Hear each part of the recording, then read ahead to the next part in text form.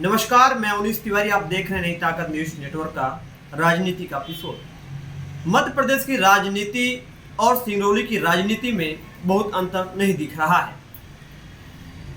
मध्य प्रदेश की भाजपा जो सरकार है वह ट्रांसफर नीति जो बनाई है वह फाइलों में धूल फांक रही है। मैं इसलिए ऐसा बोल रहा हूं कि यहां पर वर्षों से जमे अधिकारियों के कारण आज जनता पिसती जा रही है, यानी दफ्तरों का बार बार चक्कर लगाने को मजबूर है।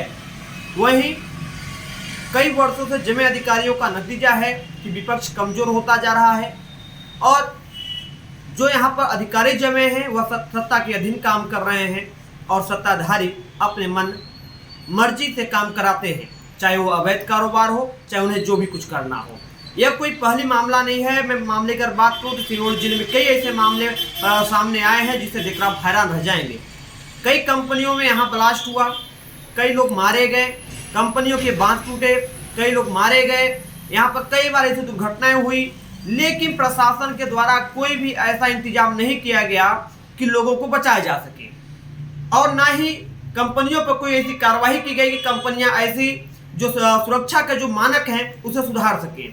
फिर भी इन सबको देखरेख करने वाला कौन है? यहाँ के जिले के जिम्मेदार अधिकारी।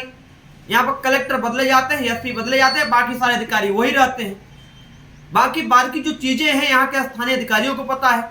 नगर निगम की अगर बात करें तो इस क्षेत्र में प्रदूषण भारी मात्रा में है, लेकिन जो नगर निगम के अधिकारी हैं आज से नहीं बल्कि दसों साल से ज्यादा यहाँ लंबे समय से जमे हुए हैं, उन्हें कोई फर्क ही नहीं पड़ता। अगर ट्रांसफर हो भी गया तो हाई कोर्ट या कोर्ट जाकर वह अपनी यहाँ पर रुकवा लेते हैं और गए भी बाहर तो चले जाते हैं रिटर्न। कोई नगर निगम भर का मामला नहीं है, बल्कि तहसील में वही हाल है, वही यहाँ पर जिला कलेक्ट्रेट में हाल है, वही जिला पंचायत में हाल है। जब यहाँ पर ऐसे एसडीएम हैं कि लगभग 6 से 7 साल से यहीं जमे हुए हैं, जो जिले से बाहर जाने का नाम ही नहीं लेते और अक्सर उन्हें घुमा फिरा कर उन जगहों पर भेज दिया जाता है जहाँ पर कंपनियां आ रही हैं, जहां जमीन क्रय विक्रय हो रहा है और इनकी खानदान अगर इनकी खुद की प्रॉपर्टी अगर सही तौर पर देखा जाए तो करोड़ों अरबों में है। लेकिन जो ट्रांसफर नीति की मैं बात करूं तो मध्य प्रदेश की सरकार उसी ट्रांसफर नीति पर काम कर रही है जैसे कि अपने बेटे को सब कुछ सौंप देना चाहता है पिता। उसी तरह यहाँ के अधिकारियों को भारतीय जनता पार्टी सब सौंप देना चाहती है कि आप सत्ता चलाइए, आप सरकार चलाइए, मैं सिर्फ बैठा रहूंगा और तुम मुझे ध्यान देते रहो, यानी गांधी बाबा की जो हरी हरी नोटी है, लाल पीली नोटें पहुंचाते रहो। कोई मैं व्यक्तिगत तौर पे नहीं कर रहा हूं, बल्कि यहाँ की जनता भी ये जानती है बखूबी कि यहाँ पे अधिकारी कैसे हैं। कई बार यहाँ पर भी लोकायुक्त की कार्रवाइयां हुई हैं, फिर भी वो लोग यहीं जमे हुए हैं, कहीं जाने का नाम नहीं ले रहे। उनका ट्रांसफर हुआ, न उस थाने का टीआई की कार्रवाई हुई, ना यहाँ के अधिकारियों की कार्रवाई हुई। क्या सिर्फ यह दिखावा है? यहाँ पर हर अधिकारी एक नेता का अधिकारी बना हुआ है। आप किसी भी अधिकारी के खिलाफ खबर छाप दीजिए, प्रकाशित कर दीजिए तो यहाँ पत्रकारों को धमकाया जाता है, मुकदमा लगा देने का धमकी दी जाती है, जेल में डाल देने की धमकी दी जाती है। लेकिन यह नई ताकत न्यूज नेटवर्क इन सभी चीजों से डरता नहीं है, क्योंकि अपने तथ्य और आधार पर बात करता है। अब यहाँ पर तमाम उन समस्याओं की बात करें तो यहाँ पर कई वर्षों से जिम्मेदार अधिकारी उन समस्याओं से निदान नहीं होने देते। चाहे रोजगार हो, प्रदूषण हो, चाहे विस्थापन की समस्या हो, चाहे जो भी यहाँ की मूलभूत समस्याएं हो, इन अधिकारियों के कारण नहीं हो रहा है कंप्लीट।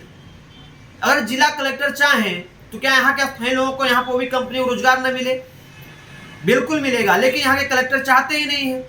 जो नियम है उस नियमों को ताक पर रख करके सीएम शिवराज सिंह चौहान कहते हैं कि हम स्थानीय को 70% रोजगार देंगे, यहाँ कलेक्टर इस पर कोई निगरानी ही नहीं रखते। और दूसरी ओर बात करें कि यहाँ तो सिंगरौली में इतनी प्रदूषण है, कंपनियां दावा करती हैं हम प्रदूषण को रोक रहे हैं, पौधा लगा रहे हैं, वृक्षारोपण कर रहे हैं, लेकिन वही हाल एनसीएल का है, वही हाल एनटीपीसी का, वही हाल हिंडाल्को का है, वही हाल अदानी आईओएम की है। लेकिन ये सब एक एक थाली के चट्टे और बट्टे हैं। क्यों? कि ये सभी लोग सब मिले भगत करके अधिकारियों को हायर करके उन्हें मोटी रकम देकर या मामले को सॉर्ट आउट करा लेते हैं। रिलायंस का एसडीएम टूटा, इतने लोग मारे गए, रिलायंस का कोई भी व्यक्ति जेल गया क्या? नहीं गया। लेकिन जो लोग मर गए उनका क्या? जिस खानदान और परिवार में उन लोग नहीं रहे, जो खुशहाली होनी चाहिए नहीं रहे। यानी सब सारी चीजें यहाँ राजनीति पर निर्भर है और अधिकारी राजनीति पर, राजनीति अधिकारियों पर, और उन्हीं की वजह से आज राजनीति बीजेपी चल रही है और विपक्ष खत्म होता नजर आ रहा है। और विपक्ष भी इस पर आवाज उठाने से डरता हुआ दिख रहा है। क्यों? कि विपक्ष भी यह सोच रहा है अगर हम आवाज उठाएंगे तो हमारे ऊपर भी मामला दर्ज हो जाएगा, जेल जाना पड़ेगा। लेकिन मध्य प्रदेश की जो राजनीति है, आगामी विधानसभा चुनाव को लेकर बीजेपी तैयारियां तो कर रही है, लेकिन सिंगरौली विधानसभा के तीनों विधानसभाओं में बीजेपी की बहुत बुरी स्थिति समझ आ रही है।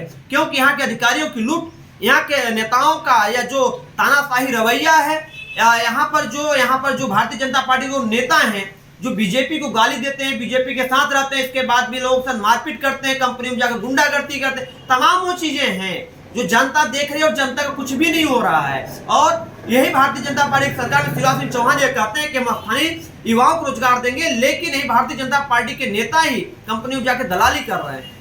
कैसे होगा? अब प्रशासन उन पर कार्रवाई भी नहीं करता और खुलेआम सारे नियमों को ताक पर रखकर कार्यक्रम चल रहे हैं, ऐसा एक क्रियाकलाप चल रहा है। लेकिन अब यही देखना बाकी होगा आगामी विधानसभा चुनाव में क्या ये ट्रांसफर नीति लागू हो पाएगी।